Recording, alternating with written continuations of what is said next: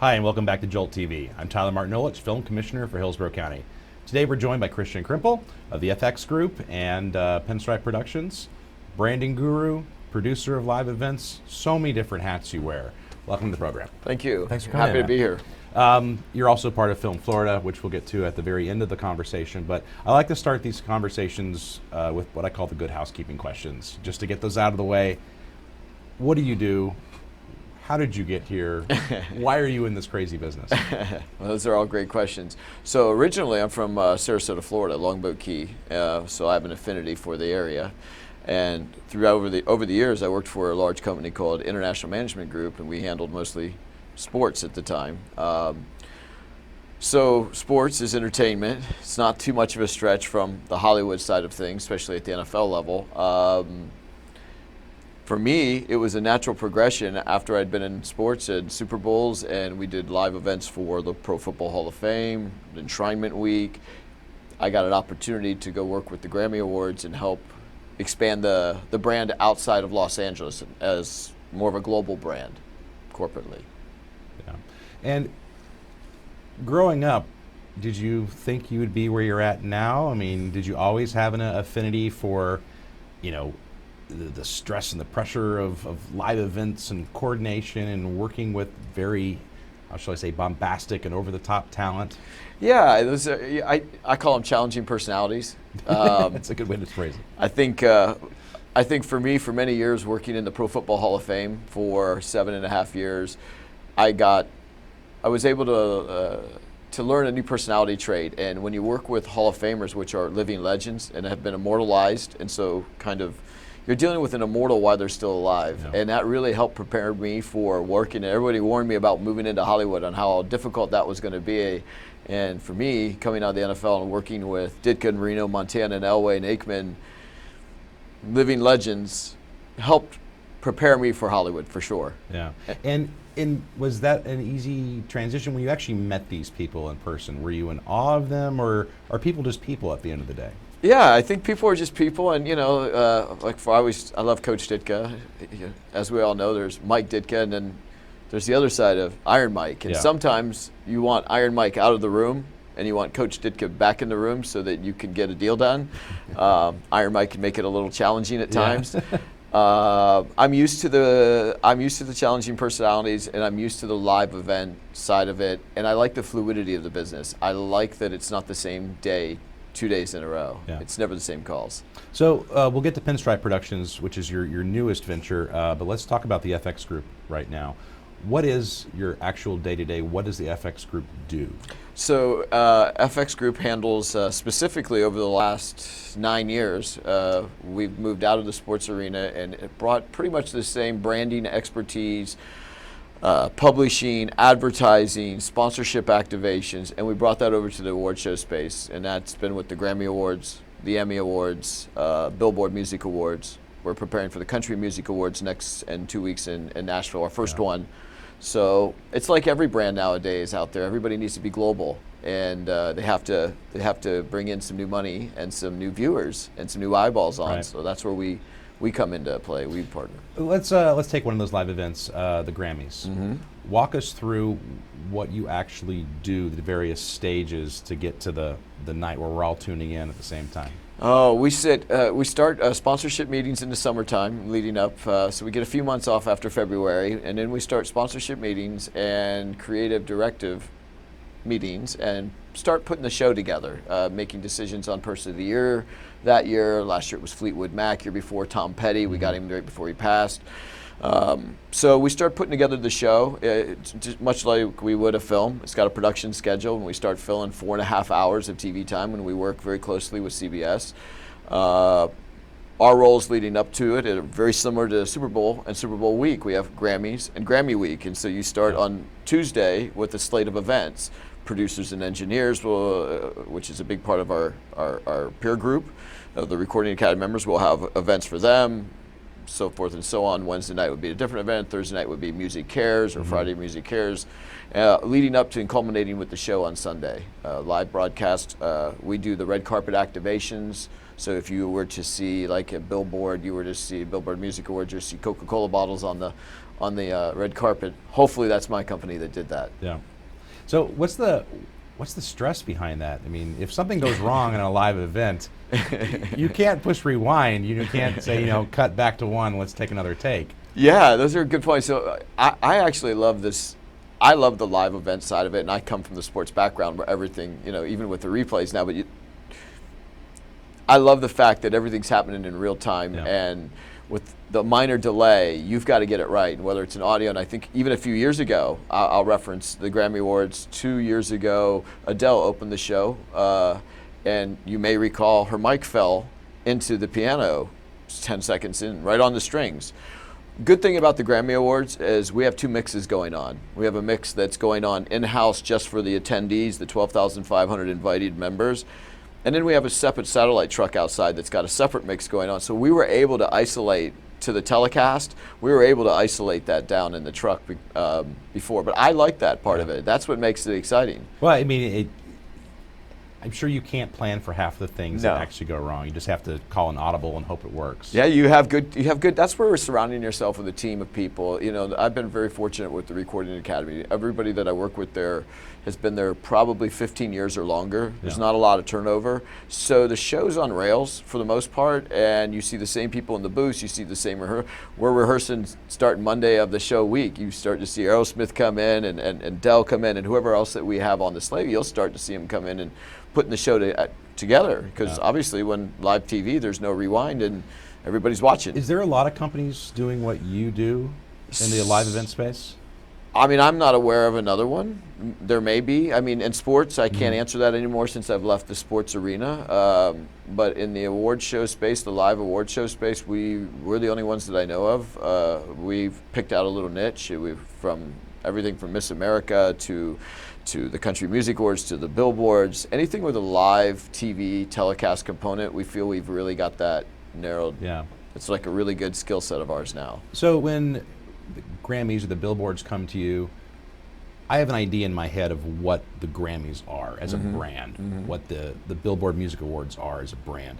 How much of that brand is that company or that entity that's running it coming to you and saying, this is our identity, now sell it?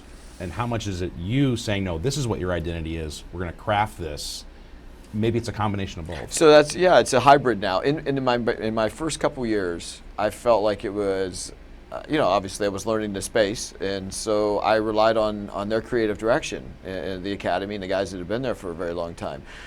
We all knew that my goal and our goal as an organization was to grow the brand. So we were going to have to go to some areas that were uncomfortable and maybe hadn't been considered in the past. And the Grammys for 51 years were very lucky that they were able to exist in the record industry, the endemics. So you had Warner and Sony and Chrysalis and Island Records and all of these physical. But when physical products dried up and people were no longer buying CDs, we had to look elsewhere to start finding some new money, and the Grammys have never considered partnering with their artist or lending or doing these type events or even being a global brand as much as they are today. Yeah. But we stay very active outside of the show week with Grammys on the Hill, which is our advocacy side that lobbies in Congress to protect radio frequencies, for example, if we want to do a live performance. If not, they'll be giving them all away to cell phone companies, and we won't be able to do a live, remote plug-in on a guitar, wireless guitar.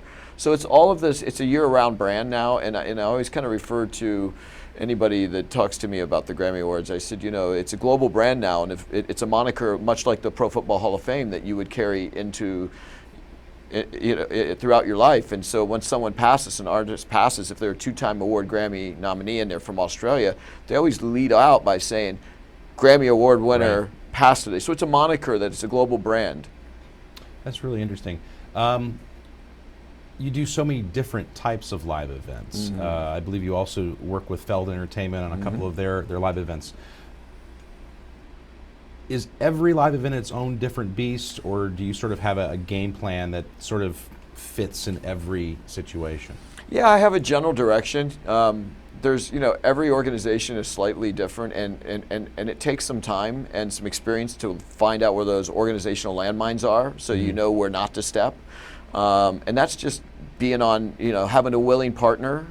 Feld has been very good about sharing their rehearsals and the business model and how we can grow the brand itself with me. And you need a willing partner in any of it, whether it's film, TV, music. You need somebody that's going to trust you enough to share, kind of like, the peek under the curtain, because we can't actively go out and change the direction if we're not really sure what we have. Has there ever been a brand activation or an idea during a live event where there was a lot of pushback, or they just didn't understand it at the start, that you really had to sell, that turned out exactly how you imagined it was going to? Yeah, so that's a really good question, because I wouldn't be sitting here had it not gone the other way. Right. I love when people say it. So in the 57th Grammy Awards, there was a push the year before. We're in 61, just to give you a reference point now. So about 5 years ago, there's a push to get millennials. The Grammys over the years realized they've been nicknamed the Grumpies. Not something they want to be, it's not a global brand. So they wanted to be hip and cool, and they knew in order to do that, part of it was changing, the stalwart, older type branding across the board. So I went to them in a collaborative effort with the Senior Vice President of Creative Services, Dave Conjoin, who's been with me now my entire 9 years there. And he had trusted me enough at this point where I convinced the Recording Academy, or I made a good enough argument where he pitched it to his boss, Neil Portnow, where we were able to change the color of the Grammy, and we did and I would say like a tie-dye looking Grammy Award, and part of that was, just as subtle as that was, for years the Grammy's known as, it's actually made out of its own alloy named Gramium. So they were like, why would we change our gold Grammy? And that was all part of trying to make it younger and hipper, and we came out with this really wild, and it won multiple awards that year. It won like 6 different national design awards, including the Clio.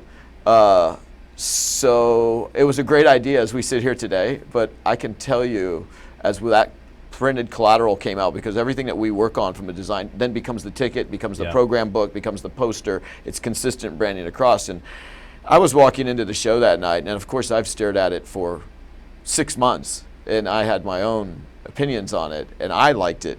But then I was unsure until I watched everybody get it as they walked through the door and start to pick up the collateral and see it. Everybody was commenting on it, and the feedback was fabulous. And so that was one of those moments that could have went either direction. Yeah, that's really cool. I mean, did you have a creative background before getting into this? Were you interested in art and art direction? And I mean, how do you arrive where you're at? I mean, creative inspiration has to come from somewhere. Yeah, I don't know. I guess I'm a bit of a creative. I've always been on the business side of things, and I always, before I started FX, I was with a company called International Management Group, IMG, which is now part of the Endeavor Group. And we did live events, and a lot of our revenue back then was made for TV events, like the Office Depot Father-Son Challenge, the Skins game, you may recall. So we got to make up our own events, as we didn't have to stick to rules and regulations. And those were always the most fun, as opposed to doing a regular PGA Tour event where you had all of these criteria, 2 days of this. We got to make it up as we went along, and then if we saw it wasn't resonating with the fans or the viewers at home, we were able to change it for the following year. And that's the part that I really got interested in, is delivering the best product to the viewer, to the consumer. Are certain brands big enough, like the Grammys, where they're not cognizant, or what's a better word, they don't even care about other brands? Like, they're not competing with the MTV Music Awards. They're not trying to be reactive, or maybe they are. I guess the question is, are you looking at all the other crowded live events and trying to one-up them, or? So this is a bit of a difficult question, because I also have the Country Music Awards and the Billboard Music Awards and Billboard and American Music Awards, and I believe each one of those has its own lane. But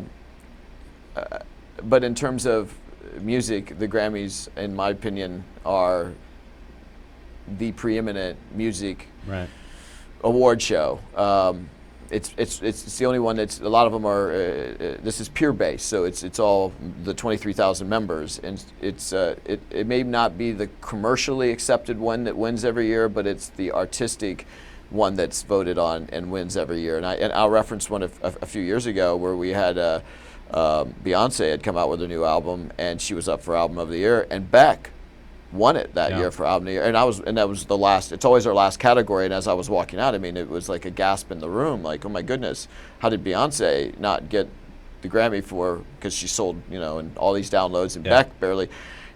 And I was, the beautiful thing about coming out of sports and not being a musician is people explain things to me, and they said, well, Kristian, if you looked on the back of the CD case, Beck plays every instrument. He's the sound and the engineer, right, and he mixed it, and he produced the whole album.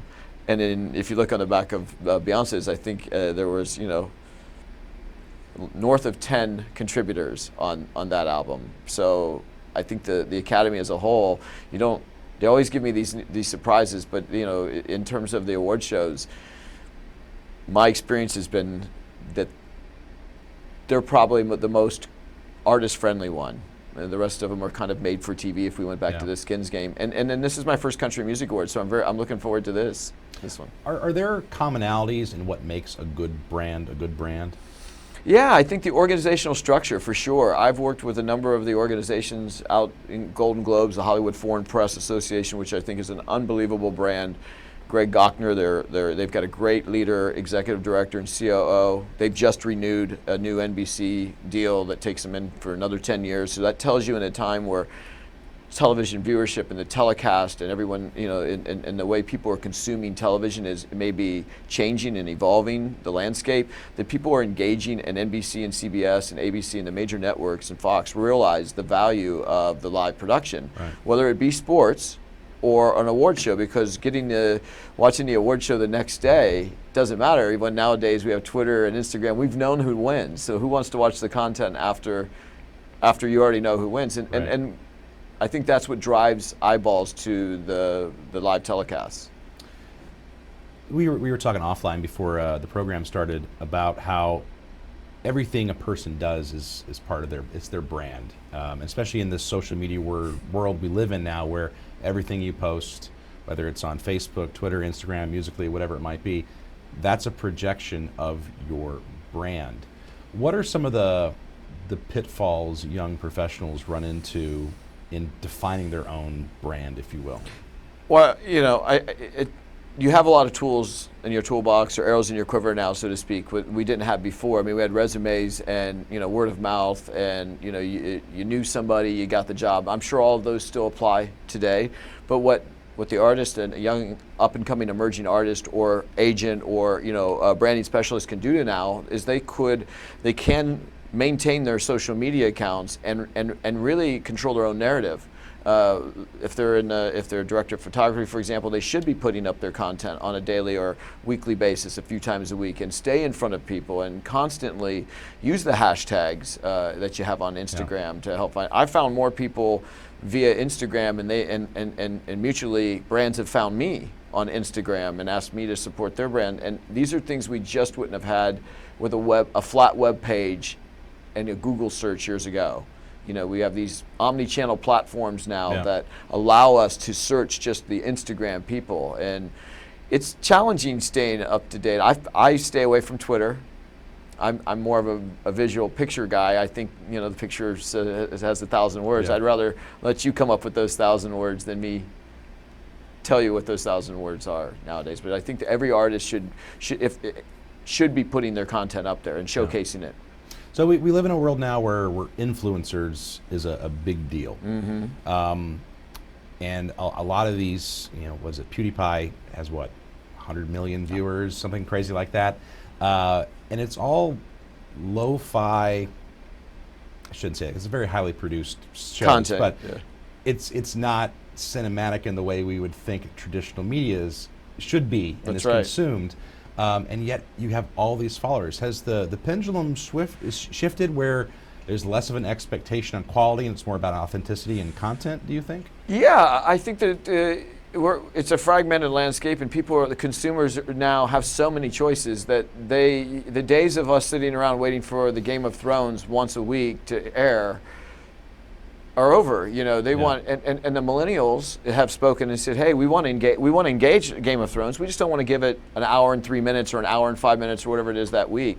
So a lot of talk in Hollywood the last couple of years is about creating short content and basically the cliff notes of a show. And I always look at that and go, oh my God, I'd watch 2 hours of it but that's me. And so we're trying to appeal to all audiences. And so while they'll still maintain that hour-long programming, we're coming out now, and even my company with Pinstripe Productions is coming out with episodic short content that we can air through one of these platforms and partner with somebody that has 5 million followers over here and 7 million over here, and instantly we have a combined audience where that eliminates the network deal. We don't have to go to Hulu and Netflix, and we can control our own destiny. That's a great segue. I want to transition now from live events to movie production. And the first question I want to ask is, now that you're doing film production, you've done so much in the live category, what's the main differences?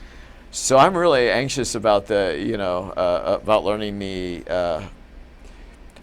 I'm stuck on budgets. We're used to sticking on a production schedule, and as you know, as we covered earlier, live TV, you don't get to do day 3 again on day 4. Like, no, we have to stick and move. And so I'm trying to adapt to this. Okay, things shift. We got to shoot tomorrow. So this has been an evolving landscape for me. I'm willing to learn. It was kind of the transition from sports to music, and whether we're producing an album and you get 6 weeks and a record label doesn't give you an unlimited budget, you get X amount of dollars, you get X amount of studio time, which equates to X amount of studio time, and you better get creative in whatever that time was. And the bigger name you are, the more time you're going to get allocated. I think the trick always is to get any creative to be creative in a shortened time frame, and that's the constant managing of challenging personalities and keeping everybody motivated. I like that part of it, though. Yeah. So you've had several evolutions of yourself and your career.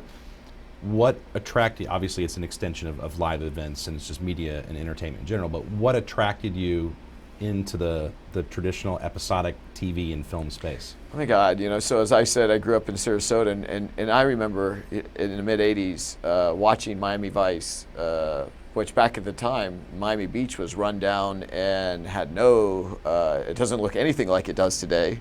I think they were all 2-story, 3-story buildings. They were all beaten down, and all of a sudden Crockett and Tubbs show up, and here I am, 16, 17, 15 years old watching Crockett and Tubbs drive Lamborghinis into this terrible rundown city. And now I look at the city 30 years later, and I can tell you that the Miami Beach today is a direct result of the Miami Vice being filmed in the mid-'80s, and the perception of Miami Beach is because of Miami Vice. Yeah. And I like that we can do that in our own state, and so I'm very attracted. I've been working in LA for 9 years now, and I'd like to work out of my own state, and we're the only state in the union that has 2 coastlines. We have the Gulf of Mexico and the Atlantic, and both of them are iconic and look different completely. We have Kennedy Space Shuttle. We're the only ones that shoot rockets off. We've got the oldest city in St. Augustine, and we have Key West, and how many people came to Key West because of Bloodline. So I love the city. We all chose to live here. And I'd like to bring Hollywood here now, and I think the portability of making films and TV and episodic is a lot easier today than it was yesterday, and a lot cheaper. So we're not asking the city to invest tons of money. We're just saying, hey, partner with us, and all the commercial developers that are here that are building condos, if you're selling them for X, you're going to be X plus Y if we start showcasing the city. And that's just the same of whether we ran a print advertising campaign and started branding, but now we're branding through film. Yeah, no, absolutely. So you've created this new entity, you and your partners, Pinstripe Productions. Correct. You're working on an upcoming slate. Hopefully the films will shoot here in the Tampa Bay area, we're hoping. I don't know how much you want to talk about the individual projects, but before we get to that, what attracts you to a script? Obviously there's a lot of business calculus involved, but at the same time you have to, I would assume, like the product you're trying to make. Yeah, those are really good. You and I have had these conversations offline, just out and about, as I've evolved from music and listening to someone play a riff in a studio for the first time and going, whether I like that, to evolving to reading words on a page. And it's taken me some time to figure out how to read it. I mean, this was all new to me. I had never seen live TV. I can give you the 4-page at, you know, exact time we're going to commercial, to this commercial, and I know exactly what's going to happen. And I think reading the words on the page, you and I could both have the same script, read them differently, and walk away with 2 different ideas of the film. And that's just being modest. I mean, probably 20 different ideas of the film. So I'm learning this part of it, and the business economics of it are big to me. My role is I don't really lose anybody any money, so my role is to a very short career if right, you do. right, exactly. And I've been with the Grammys 9 years, so obviously I must be doing something right where they hire a guy out of Florida to handle the Grammy Awards. So, you know, I like the commercially viable films. I think we live in a beautiful area. We have University of Tampa with the minarets. I think the mayor, Buckhorn, has done an unbelievable job with the Riverwalk here, and ever since we've had the RNC, we've just put Tampa on the map. And when I'm in LA and everyone asks me, oh, you're in Florida, I mean, I have to correct them because everybody immediately assumes I'm in Miami. Yeah. And I say Tampa, they go, well, where's that at? I go, we're actually on the other coast, and it's gorgeous there. And I think that between the Tampa Bay, you know, the Clearwater's been very supportive, and St. Pete's been very supportive. And Tampa is ready for all. They've got water taxis here now. We've got new buildings going up and down the river the way it should be. And this is an opportunity for us to start showcasing our city. I'm proud to live here. I'm proud to be here. Yeah, and you know, going back to your comment about people in LA assuming you live in Miami, I think there is this large misconception that all of Florida looks like Miami or it's a swamp. Yes. And for people who actually live in Florida, there's so many different locations and looks through this giant state. If you drive from Jacksonville down to Miami, absolutely, you're going to see a million different looks in a million different spaces. Has that been challenging when you try to explain to people what Tampa is and why they should come here?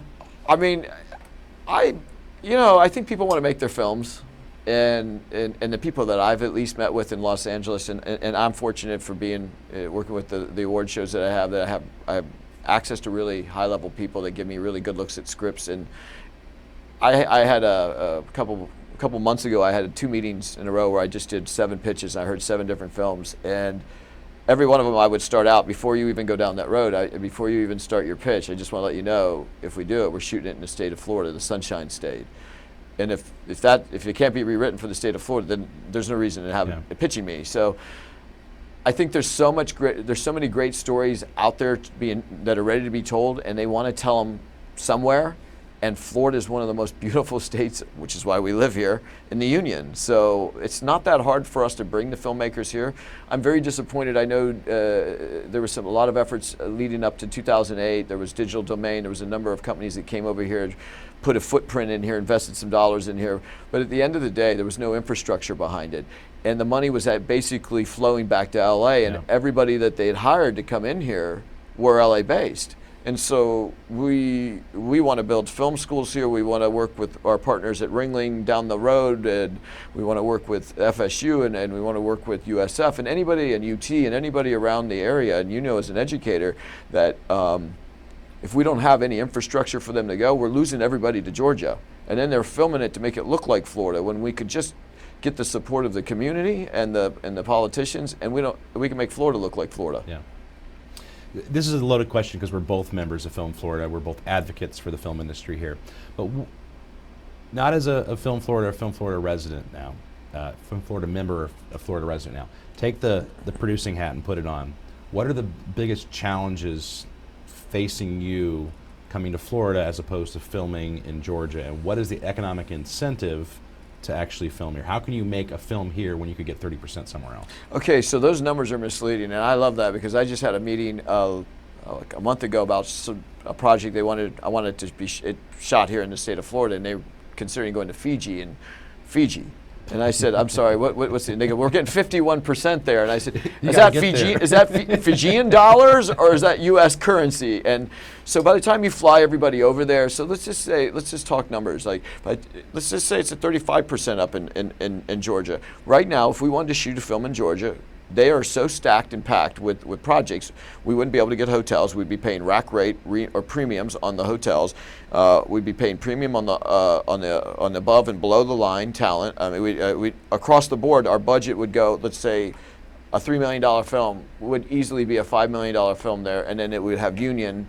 Here we're lucky because we have a lot of talent from the state of Florida that are currently dispersed around the United States because they had to pick up jobs. Yeah. And over the last 8 years, we've had no incentive. And a lot of that came out of the 2008 recession and digital domain failing. And I think a lot of the rural communities just got nervous about Hollywood. They just didn't understand it, and the business. But there is, as you know, there is a business model where you can stay in a certain budget range and make a commercially viable film where all of your investors make their money back. Yeah. And we put out really good work. We, at the same time, are building an infrastructure. And my long-term play here for the Sunshine State isn't just we're starting to film a slate of films here in 2019, but our long-term goal is to build the educational component here so that we can tap into, 10 years from now, that we have the infrastructure where when they graduate FSU or Ringling, that we're not losing them to Georgia or Oklahoma now that's got an incentive. We don't want to lose our homegrown talent. We have people. We've got a wonderful set of crown jewels here with John Travolta and a number of celebrities that will live here or have summer homes here that would love to sleep in their own bed and take a reduced rate. And across the board, our budget immediately is reduced than shooting it in any other state. So when people start talking to me about specific percentages, there's things like the city here could do for us, like road closures and permitting and things that would cost us additional funds. So that 30% all of a sudden becomes, we only need a certain number to be competitive. Right. And that's kind of our business model Yeah, here. you're absolutely right, and that's why I asked the question, because I knew you'd have the right answers. Anecdotally, there's a feature film shooting here right now. It's a very prestigious feature film with some very big talent. They're got a hotel rate of, I think, $49 a night because we were able to work with the hotel partners. In this case, St. Pete Clearwater was, but also on this side for some of the above the line, we got them incredible rates. And talking to them, they tried that in Savannah, and they couldn't even find a hotel in Savannah. They had to go to Brunswick, which is 30, 40 miles away, right? A long drive. So there's another hour each day. To your point, you start adding those extra miles and costs on, and all of a sudden it's not a great value at the end of the day. Let's talk about actually some of the projects you have coming up. You mentioned the episodic one, which, if I can reveal the name of it, of course. It's American Gothic. Yeah. And you've partnered with iHorror, which is a leader in the horror industry as far as locally based. Yes, out of St. Pete Clearwater. They are like the new online fanzine, if you will. Like they took over like Fangoria, even though Fangoria still exists, but this is where people go.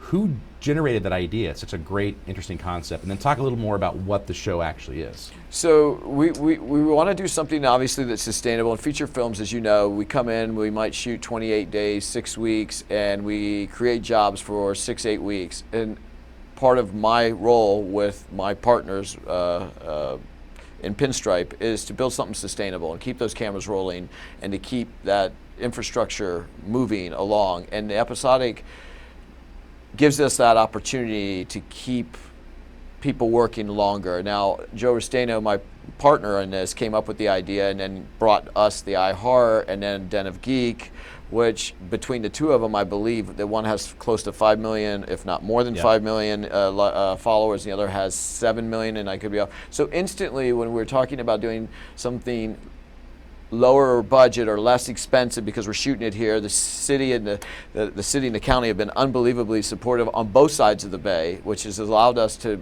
shoot this here. And instantly we have a 12, 15 million built-in audience. And nowadays with the television landscape so fragmented, for us to go back to our investors or go back to the county and the city and the taxpayers and say, hey, we've got to build an audience. We check the box. We're not making this up as we go. There is a business metric behind all of it, and my role here is the same as the Grammys is to keep us on those metric side of it. But I believe from a budgetary standpoint, the Suncoast could be more competitive, and I've traveled around, and you as well, with all the film festivals. We wouldn't be able to get any space up in Georgia right now. And not for this sized production. I like Avatar. I like the latest Marvel movie as much as everyone else. But that sucks up a lot of oxygen when they're creating something. Particularly in Atlanta, there's only so many resources you can pull from. And if I have to, figure out where I'm routing my resources, Sure. it's going to go towards the larger Of course. productions, which makes perfect sense. But here, we are so lucky because we have such a deep crew base, amazing locations, and I think the support of the community, Yeah. which you don't necessarily have, even in LA. I mean, I've worked out in LA as well. There's a lot of jaded people. Yeah. You know, you show up Yeah. on a street corner and everyone shows up, where's my money? That's right. And you don't get that here. I think there's still a mystique and a magic to filmmaking that people perceive. Yeah, all the meetings that I've had here since we've announced this partnership back in June, July, over the summer, everybody's been very, very receptive about it. And you know, it helps that I've been doing this sports entertainment thing for 23 years now, so I'm established, and I think I've helped mitigate that risk across the board. And you know, I don't make the creative decisions about what movies we make. I express my interest. My creative direction is taken in with my partners, and we look at the budgetary side of it. For us, like you say, the bandwidth, you know, you have 24 hours in a day, and how you spend them are up to you, and you're going to go chase. If you've got to cross off 8 or 9, 10 of your hours, you're going to go with the one that's a $40, $50 million budget. And that's just, and we've seen the same movement in music, unfortunately, that only the top artists are getting deals, and then we have this indie market that's out there. And so in essence, with the deconstruction of the labels, you basically have had all of these micro labels exist, and the same thing has happened with in movie making. We can make it with an iPhone now, you know, and be rewarded and put a good good film out. So we don't. The portability has allowed us to be competitive, and I think that the city here finally seems as if, you know, with I come around downtown and there's buildings, there's USF medical buildings going up, there's cranes everywhere, and there's $1 million apartments here, and we start filming here, and I can assure you that million will go to $1.1 million per unit, and then $1.2 million. And so the commercial, everybody has a vested interest in this, from the hotel developers here to the hotel managers to the commercial developers.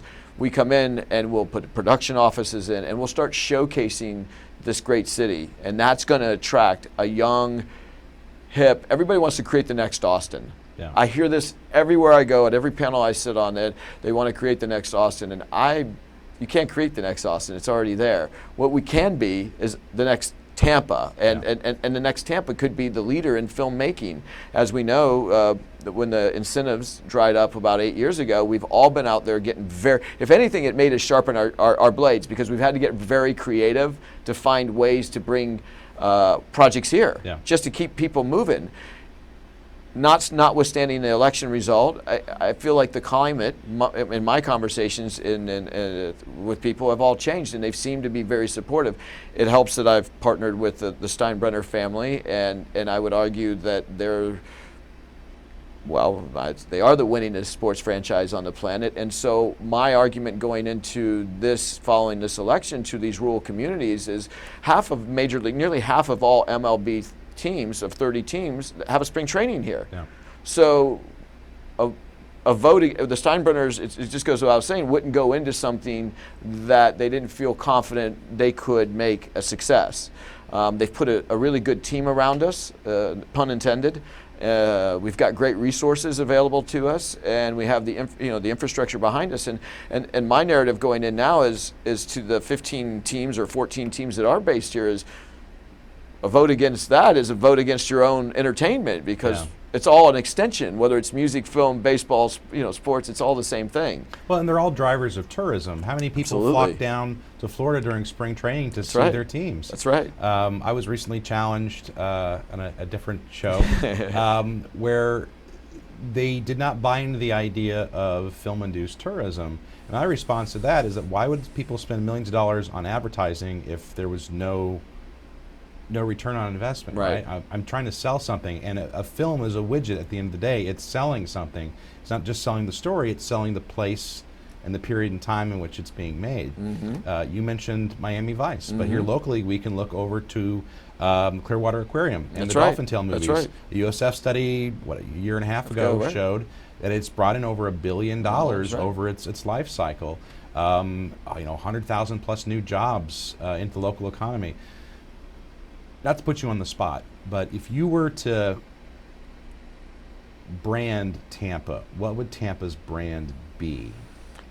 I mean, I walk out, I've been in Tampa now since '96, on and off, in and out. when I would walk out, even post, I'd say 2002, 2003, 2004, I felt like I knew everybody out there, or at least seen them before. Mm-hmm.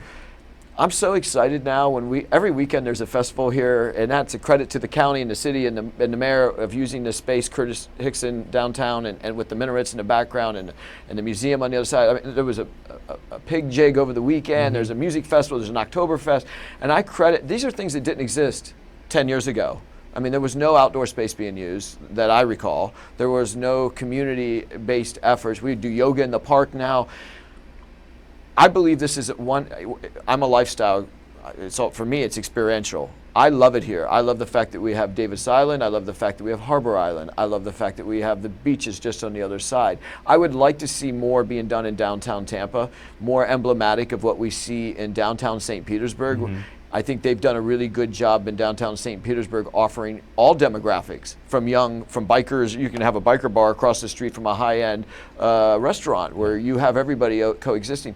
We don't really have that here yet. I think Channelside is, and this Riverwalk is supposedly going to be that. We certainly want to be here to help bring as much talent and as much focal and create the optics in a positive way as we possibly can. Yeah. And I think that the town's right for that as we drive around. One of the biggest crying shames for me is, we had a couple years ago, Ben Affleck, was it? Live by Night? Live by Night, yeah. And it was Ybor, and then you might want to set this one up a little bit better than me. So Live by Night, if you're tuning in and you're not from the Tampa area, we have a historic district called Ybor City. It's one of the oldest neighborhoods in the entire state. Authentically Cuban. It's where the cigar industry really started, but it was also rife for crime and bootlegging. And there was a really good novel a couple years ago by Dennis Lehane called Live by Night, and it was about running. Ben Affleck bought the script, came to Tampa to look at Ybor City, realized that it was $6 million cheaper supposedly to rebuild it in Brunswick, Georgia, of all places, just south of Savannah, and he did so. So we have this beautiful historic gem, and they literally rebuilt it in another city. And I think that's a great point, and I wanted to set you up for that, because these are stories that are emblematic of our great state.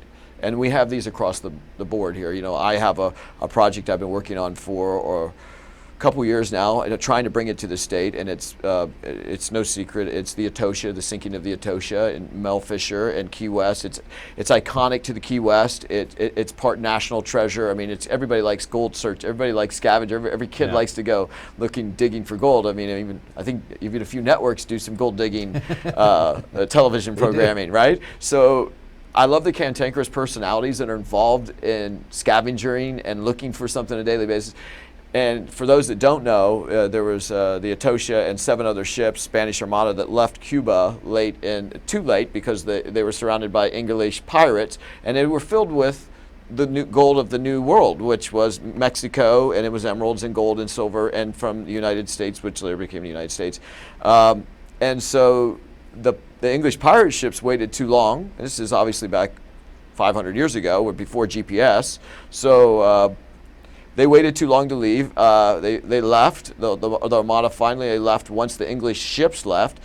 But it was hurricane season, and they sank. And they were looking in the wrong spot for 500 years. And then finally, Mel Fisher, out of Key West, got a little dive shop, finds the cannons, and then this becomes a great story about finders keepers, the Supreme Court. There's this whole finders keepers law and international, because the minute we found their $500 million in gold, guess who wanted it back? Spain filed a lawsuit against the United States of America. So this is great stories, and this is just one of many. We just started over at the Cape, and we started looking at at the Space Coast, for example. I mean, I know Smithsonian was very interested about coming in here and shooting a series on the Apollo, the Gemini, all of the missions. First Man, I mean, they didn't shoot all of it here, but most integral, iconic scenes was shot over in the Space Coast. Absolutely, and I think that's one of probably the best films I've seen in the last year. I'm also a pilot, so I gravitated towards that. Just the story behind his family life, and the struggles of just the personality traits of going in a rocket that had never gone anywhere before, not sure if they're coffee maker type electronics, we're going to even get them back into the atmosphere. So we have all these iconic stories that are lying around and that are sitting here, and the Native American history here that we should be doing more with. We have Hard Rock, which is a wonderful international brand that should be involved, and they're based here in the state, obviously through the Seminole Tribe. We should be doing more and including more of our heritage and stories that are that represent the Sunshine State, and that's our job. No, I think you're right. I mean, Florida is often a joke because of all the weird stories that come out of here, and I think Florida itself could do more, going back to branding, by focusing on some of these amazing indigenous and really interesting and unique stories that only Florida can tell. Obviously the Seminole Tribe. We also have St. Augustine. It was one of the first cities ever, right? Absolutely. You know, Tampa is where the cigar industry started. It's where most of the Cuban immigrants came through. You have the story of Miami and how it transformed over a decade. There's so much interesting things happening in Florida. And speaking of Florida at large, I want to turn the very last segment of the show over to Film Florida, yes, which you are a longtime member of, as am I. What does Film Florida do, and why should someone want to join Film Florida? So I always reference it much like the Grammy Awards, which is a peer group as well. You want to be amongst, you know, to network nowadays, not just via social media. I think with the changing of this corporate culture and people being able to work remotely more often, that there's less opportunity for us. And I noticed this in the music business 9 years ago when I got in there, that people would phone in or email in their guitar track, and there's a difference in having the guitar player in there with the drummer. That's why some of the best stuff, like Leonard Skinner at Muscle Shoals, some of the best stuff, because they put them in a room together. Instead, people are phoning it in now because they have this remote ability that they can just send it electronically. And I think being a part of Film Florida gives us just another opportunity for us physically to all get together in a shared idea environment. And we get more out of like a mixer and meeting, oh, I didn't know you were a line producer. Oh, you're back in the state. Oh, you're looking for work. And, you know, for me, it's been instrumental just as much as the Grammy Awards have been to me, and networking through the producers and engineers and all of the different people that make up, from artists to tour managers. Same with Film Florida. To go in there, we can literally, if I have a project tomorrow, we can literally handpick who we want through the organization. And John Lux has done an unbelievable job carrying the torch, and Susan Sims for our state, you know, through a very difficult 8 years. You know, everybody. It's no secret that we're one of the few states in the entire union with zero official incentives. The only state in the Southeast that doesn't have it. Doesn't have any, and there's no reason why this great, I mean, we have the best beaches, and yet we're spending money on Visit Florida. And I would argue that, yes, Visit Florida can brand, but there's just something about a branding campaign has a timeline on it. Film, television, will reside on these channels and these servers and these for a long time to come. Yeah. You know, and I just think that from a branding standpoint, whether it's the state, whether it's Amalie Oil here and Amalie Arena, I mean, they would want more value, I would think, or added value. Yeah, you're right. There's going to be someone on Netflix 5 years from now who's going to discover Bloodlines for the first time. Absolutely. And it'll be just as new, fresh, and interesting then as it is now. Absolutely. I mean, I recently, probably last summer, discovered Ray Donovan, you know, on HBO. I binge watched 7 seasons in a month, you know.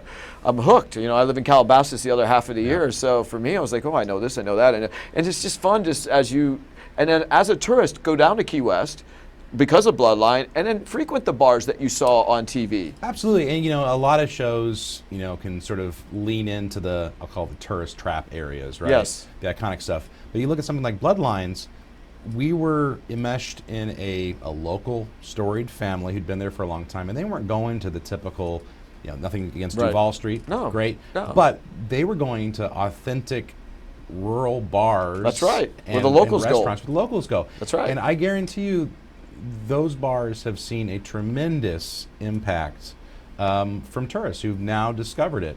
Hopefully it don't take it over, but right. No, it still has that authenticity. I was in Key West 2 weeks ago with Chad Newman, our film commissioner down there, and obviously he's sitting around with no projects right now, unfortunately, and I'm doing everything I can to, because obviously the Etosha sank right off their coast, and there's nothing make me happier than to film the Etosha, which is iconic to the state of Florida.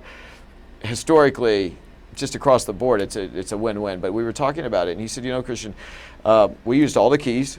We didn't just use Key West. Yeah. We were using Marathon. We were spreading the love, and we were getting the locals. And it got to the point where the locals would even schedule like their businesses, like if they were pressure washing or boat, whatever, they would schedule days off to shoot as background. And now these guys have all become part of the fabric of the filmmaking and the television making, and that's what we really want as a community. And that's what I'm here in Tampa for, to champion that infrastructure for our great Sunshine State, and as an educator, to have something, to foster something that we can lean on, and the incentives are.